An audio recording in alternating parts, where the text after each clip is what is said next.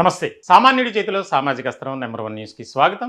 నేను రవీంద్ర. ఆంధ్రప్రదేశ్ మాజీ ముఖ్యమంత్రి వైఎస్ జగన్మోహన్ రెడ్డి ఆయన చిక్కుల్లో పడబోతున్నారు.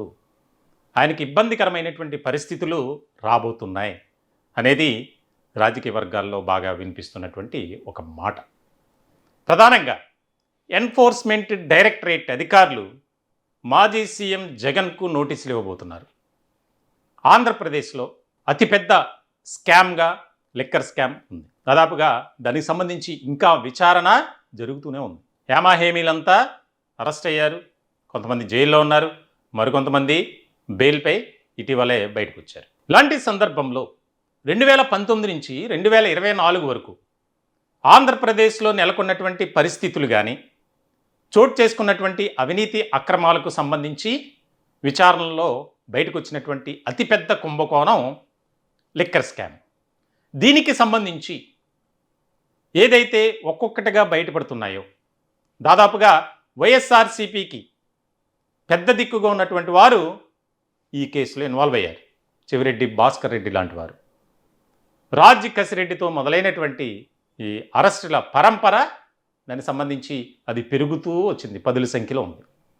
ఇలాంటి క్రమంలో సిట్ ఇచ్చినటువంటి ఆధారాలతో రంగంలోకి దిగిన ఎన్ఫోర్స్మెంట్ డైరెక్టరేట్ ఈడీ అధికారులు దానికి సంబంధించి చాలా వేగంగా దర్యాప్తు చేస్తూ వచ్చింది. దీనిలో భాగంగానే దాదాపుగా నిందితుల ఆస్తులను జప్తు చేసింది.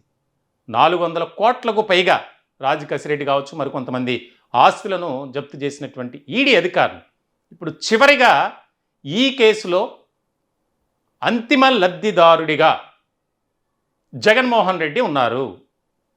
దీనికి సంబంధించి ఒక కీలకమైనటువంటి అంశం బయటపడింది.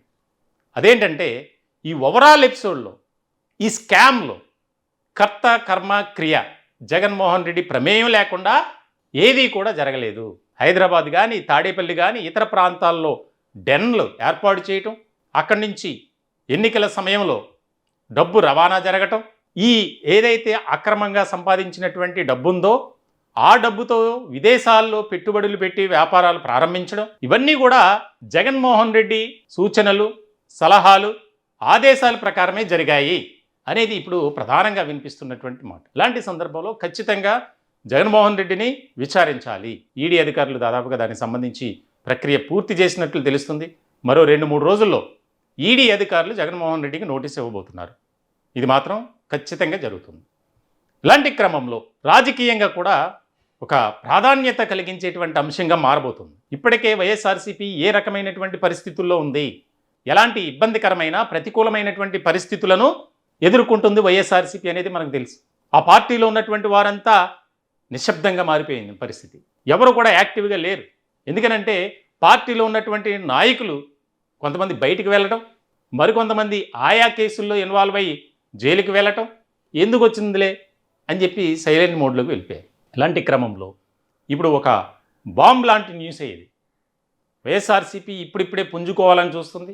ఒక ప్రత్యేకమైనటువంటి వ్యూహంతో కూటమి ప్రభుత్వం ఏ రకమైనటువంటి పరిపాలన చేస్తుంది, అందిస్తుంది, సంక్షేమ పథకాల విషయంలో కానీ, అభివృద్ధి కార్యక్రమాల అంశంలో కానీ ప్రజల వద్దకు వెళ్ళాలి, దానికి సంబంధించి స్థానిక సంస్థల ఎన్నికలను మనం టార్గెట్గా పెట్టుకోవాలని వైసీపీ భావిస్తుంది. ఇలాంటి క్రమంలో ఈడీ గనక నోటీసులు ఇచ్చి జగన్మోహన్ రెడ్డి విచారణకు పిలిస్తే గనక ఒక్కసారిగా ఒక రకమైనటువంటి పరిస్థితులు వైఎస్ఆర్సీపీలో ఏర్పడతాయి.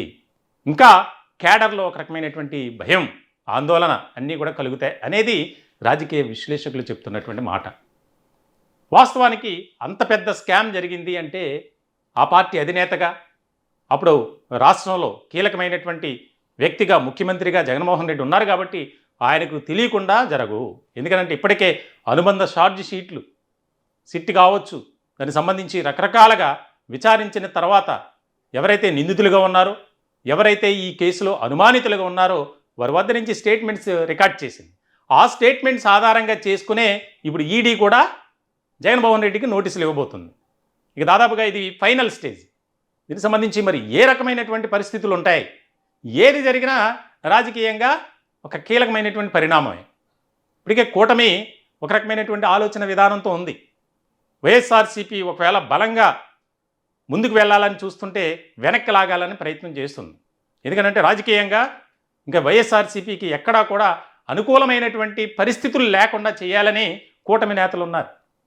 దానికి సంబంధించి ఏ కార్యక్రమం తలపెట్టినా ముందుగానే అరెస్టుల పరంపర కొనసాగుతుంది. హౌస్ అరెస్టులు అనేది ఎక్కడా కూడా రోడ్డు మీదకి వచ్చి వారు ఆందోళన చేసేటువంటి అవకాశం ఇవ్వట్లా. దీనికి సంబంధించి ఎవరైనా ఒకవేళ వైఎస్ఆర్సీపీలో కూటమి ప్రభుత్వంలో ఇలా జరుగుతుంది, కూటమి నేతలు ఇలా చేస్తున్నారంటే వారికి వెంటనే స్ట్రాంగ్ కౌంటర్ ఇస్తున్నారు కూటమి నేతలు. ఇలాంటి క్రమంలో ఇది చాలా ముఖ్యమైనటువంటి అంశంగా మారబోతుంది రాష్ట్ర రాజకీయాల్లో. ఇప్పటికే వైఎస్ఆర్సీపీ ఒక ప్రత్యామ్నాయ పార్టీగా ఏది కూడా ఉండకూడదు రాష్ట్రంలో అని కూటమి నేతలు, ఇటు తెలుగుదేశం పార్టీ, జనసేన, భారతీయ జనతా పార్టీ 3 పార్టీలు ఒక ఆలోచన విధానంతో ముందుకు వెళ్తుంది. ఇట్లాంటి క్రమంలో ఇదొక చాలా కీలకమైనటువంటి అంశంగా మారబోతుంది. ఎన్ఫోర్స్మెంట్ డైరెక్టరేట్ అధికారులు కనుక నోటీసులు ఇచ్చి ఆయన విచారణకు పిలిస్తే తదుపరి ఏం జరుగుతుంది, జగన్మోహన్ రెడ్డిని అరెస్ట్ చేయబోతున్నారు అనేది ఇప్పటికే సోషల్ మీడియా వేదికగా విస్తృత స్థాయిలో ప్రచారం జరుగుతుంది. ఎందుకనంటే ఆ నిందితులు కానీ అనుమానితులు కానీ ఇచ్చినటువంటి స్టేట్మెంట్ ఆధారంగా చేసుకుంది. మరి ఈ రకమైనటువంటి పరిస్థితుల్లో ఎట్లాంటి పరిణామాలు చోటు చేసుకుంటాయి అనేది కూడా చాలా కీలకమైనటువంటి అంశంగా మారబోతుంది. ఈ టాపిక్పై మీ విలువైనటువంటి అభిప్రాయాలను కామెంట్ రూపంలో తెలియజేయండి. దయచేసి మా ఛానల్ని సబ్స్క్రైబ్ చేసుకోండి. Thank you.